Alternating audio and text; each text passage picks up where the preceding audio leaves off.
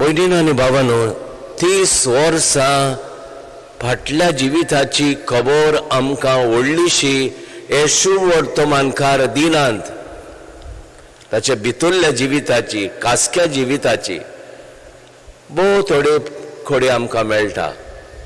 तो जेरुजाल्याक आवय बापाय बरोबर गेलो, तो बेल्या शारांत जल्मलो, मागीर तो सांडलो, मागीर ते इजिप्ताक पळून गेली. ह्यो बारीक बारीक खबरो आमकां मेळटात. ताच्या जिविताच्यो व्हडल्यो खबरो फकत 30 वर्सां उपरांत सुरू जातात. तेन्ना तो आपले भौशीक लोकां मदें काम सुरू करता. आनी काम सुरू करतना फकत आपल्या जिबेन परगटीच ना, जे कितें आपूण जिबेन परगट्टा ताचो प्रभाव जावपाक, ताची खर सावडी पडपाक तो ओचोरियां विजमितां ताचे मुखार कोत्ता. आनी तेन्नाच ती ताका सारकीच भुलतात, ती सगळीच तोटाक जातात. ती ताका सोडूंक सोदिनात, कित्याक अशें एरांनी केल्लें ताणें पळोवंक ना. हाचे सोबीन कितें वेगळेंच तांकां दिश्टी पडटा. तर भयण भावांनो, हें सगळें जेजून केलें तें तो आपल्या 2 दुतांक आनी शिसांक करूंक धाडटा.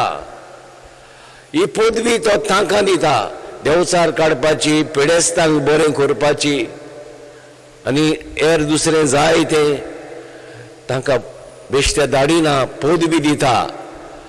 तुमी मेडे आत्मे काडटल्यात, तुमी देंवचारांक काडटल्यात, तुमी पिडा रोग लोकांचो बरो करतल्यात.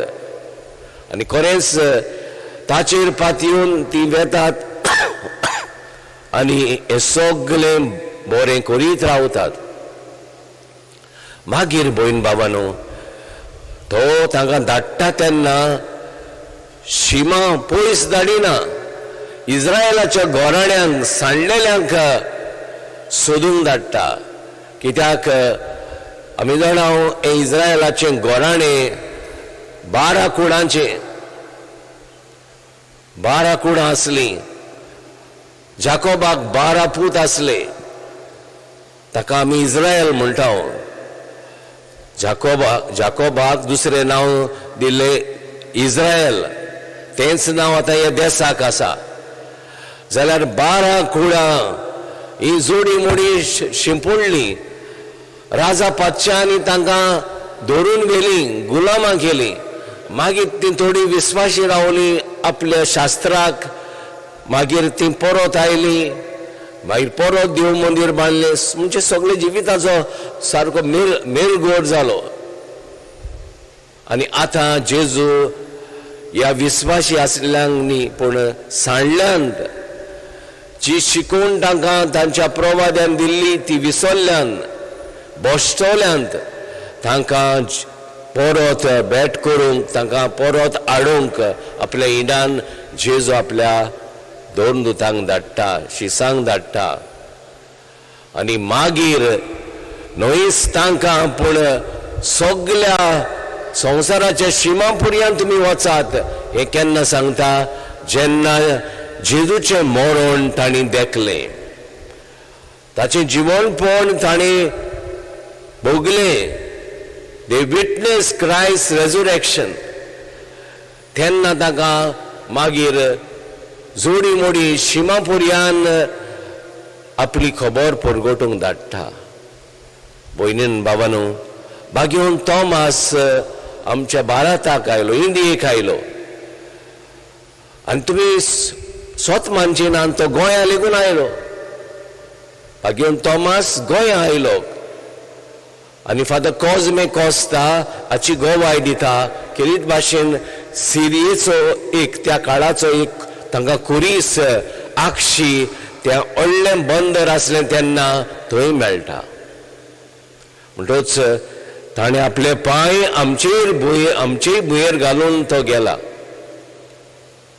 मद्रासाक पावला.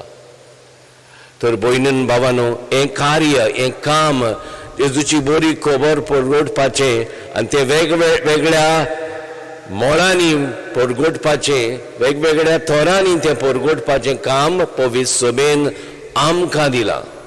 आमी पवित्र सभा म्हणटच तें आमचें काम. आनी जेजू म्हणटा तुमकां फुकट दिलां, फुक्या तुमी दियात. हांव स्विंडन आसता आनी स्विंडनाक बातिज्म केल्या उपरांत थंय पयशे घेनात ते. तूं कितेंय दी, कितेंय दी. आनी दुसरें जायते मोडवण लेगून भयण बाबांनो ते तुमी ते फी अशी तूं दिनाय. ताका अमको प्रेस आसा, मोल आसा, दर आसा, त्या मोनान दिनान. ते पाद्रीच्या उदर पसोवणा खातीर आमचे जायते पाद्री अशें म्हणटात उदार पसोवण. उदार म्हणजे जनरस ना, उदर म्हणजे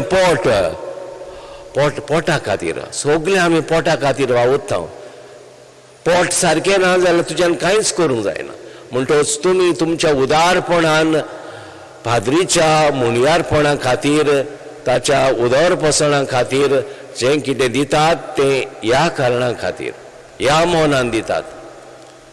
फुक्या दिलां, फुक्या दियात. तर भयण भावांनो, जेजूची बरी खबर परगटपाचें काम म्हजेंच न्ही, तुमचें. तें आमी फुक्या कोत्ता. तर ह्या मिसांत आमकां किरीत भाशेन असलें मोल मागुया. जेजून आमकां दिलां, आमी तें दुसऱ्यांक दिवं.